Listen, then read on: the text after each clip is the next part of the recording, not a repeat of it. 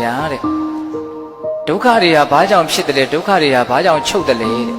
အရန်အရေးပါတဲ့မေးခွန်းနော်ဒုက္ခဘာကြောင့်ဖြစ်တယ်လဲဒုက္ခဘာကြောင့်ချုပ်တယ်လဲအဲ့လိုမေးတော့မြတ်စွာဘုရားဘာဖြေတော့ဆိုတော့တခါကြီးတဲ့ဒုက္ခဖြစ်ပုံဒုက္ခဘာကြောင့်ဖြစ်ရလဲဒုက္ခဘာကြောင့်ချုပ်ရလဲဆိုတော့တဲ့ငါပြောမယ်အဲ့လိုပြောတဲ့အခါမှာနော်အတိတ်ကာလတုန်းကဘလို့တွေကြောင့်ဒုက္ခဘလို့ဖြစ်သွားတယ်ဒုက္ခဘလို့ချုပ်တယ်လို့အတိတ်ကာလကဖြစ်ရကိုအကြောင်းပြုပြီးတော့ပြောမယ်ဆိုရင်အဲ့ဒါငကိုယ်တုန်းကဖြစ်ခဲ့တဲ့ကိစ္စပါလို့တခါကြီးကယုံကြည်မှယုံမေးတယ်ဒါကြောင့်အတိတ်ကာလတုန်းကအဖြစ်အပျက်ကိုအခြေခံပြီးတော့ဒုက္ခဘာကြောင့်ဖြစ်တယ်ဒုက္ခဘာကြောင့်ချုပ်တယ်လို့ငါမပြောဘူးတဲ့အနာဂတ်ကာလမှာဖြစ်အပျက်ကိုအခြေခံပြီးတော့ဒုက္ခဖြစ်ခြင်းချုပ်ခြင်းပြောမှဆိုအဲ့ဒါနောက်မှဖြစ်မဲ့ကိစ္စဆိုပြီးတော့ပေါ့ရင်ပေါ့နေလိုက်မယ်ဒါကြောင့်အနာဂတ်နဲ့ပတ်သက်ပြီးတော့လည်းငါမပြောဘူးတဲ့အခုလောလောဆယ်ဟုတ်လားဒီနားမှာထိုင်နေတဲ့ငါကဒီနားမှာထိုင်နေတဲ့တင့်ကိုဒုက္ခဘာကြောင့်ဖြစ်တယ်လဲဒုက္ခဘာကြောင့်ချုပ်တယ်လဲဆိုတာကိုအခုလက်တွေ့ပြောမိတယ်ဟောစကားပြောဘယ်လောက်ကျွမ်းကျင်လဲစဉ်းစားနော်ဒီနားမှာထိုင်နေတဲ့ငါကဒီနားမှာထိုင်နေတဲ့တင့်ကိုအခုထိုင်ရမထဒုက္ခဘာကြောင့်ဖြစ်လဲဒုက္ခဘာကြောင့်ချုပ်လဲဆိုတာကိုပြောမိတယ်လောက်စိတ်ဝင်စားတယ်ကောင်ပြောမပြောရသေးဘူးစိတ်ဝင်စားတယ်ဖြစ်အောင်ပြောနိုင်တယ်နော်တခါကြီးတဲ့တင့်ကိုငါမင်းမယ်အဲ့ဒီတခါကြီးကဥရဝေလကပ္ပမှာနေကုန်းရွာမှာနေတာဟောဒီဥရဝေလကပ္ပမှာ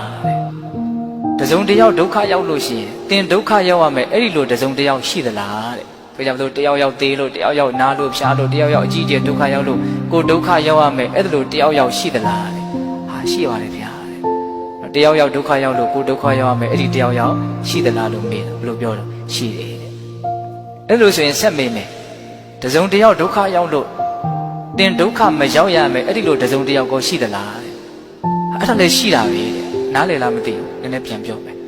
နော်တယောက်ယောက်ဒုက္ခရောက်လို့ကိုဒုက္ခရောက်သွားတယ်အဲ့ဒီလိုမျိုးတယောက်ယောက်ရှိသလားရှိတာပေါ့တယောက်ယောက်ဒုက္ခရောက်သွားလို့ကိုဒုက္ခမရောက်ဘူးဆိုတဲ့အဲ့လိုတယောက်ယောက်မျိုးကိုရှိတာပဲလေ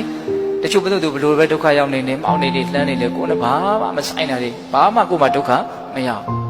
အဲ့လိုလူကမရှိဘူးလားရှိအဲ့တော့မြတ်စွာဘုရားဘာပြောလဲဆိုတခါကြီးအဲ့လိုဆိုစဉ်းစားရတယ်ဒီတယောက်ဒုက္ခရောက်ရင်တော့သင်ဒုက္ခရောက်ရတယ်ဒီတယောက်ဒုက္ခရောက်ရင်တော့သင်ဒုက္ခမရောက်ရဘူးတဲ့အဲ့ဒါလို့ဘာလို့ကိုယ်ပြားချာနာနေရတယ်လေသူ့ပဲပြင်မေးတာနော်အဲ့တော့ဘယ်လိုပြောတော့ဆိုတော့မြတ်စွာဘုရားတဲ့တပည့်တော်ချစ်ခင်ရတဲ့နှစ်သက်ရတဲ့မျက်နှိုးရတဲ့လူတွေဒုက္ခရောက်ပြီဆိုတော့တပည့်တော်ဒုက္ခရောက်ရတာပေါ့တဲ့တပည့်တော်ချစ်ခင်မှုနှစ်သက်မှုမျက်နှိုးမှုမရှိတဲ့လူတွေဒုက္ခရောက်တော့သူ့ဘယ်လောက်ပဲရောက်နေနေအဲ့ဒါတပည့်တော်ဒုက္ခရောက်စရာအကြောင်းမရှိဘူးတဲ့အဲ့လိုဆိုရင်တခါကြီးတဲ့သင်ကိုယ်တိုင်ပဲဒုက္ခဘာကြောင့်ဖြစ်တယ်လဲဒုက္ခဘာကြောင့်ချုပ်တယ်လဲဆိုတာသင်ကိုယ်တိုင်ပဲဖြေလိုက်ပြီးသားဖြစ်သွားပြီတဲ့ကဲဘယ်လောက်ကျွမ်းကျင်တော်မူလဲဆိုတာစဉ်းစားတော့ညင်းလို့ရလားမရဘူးဟုတ်လား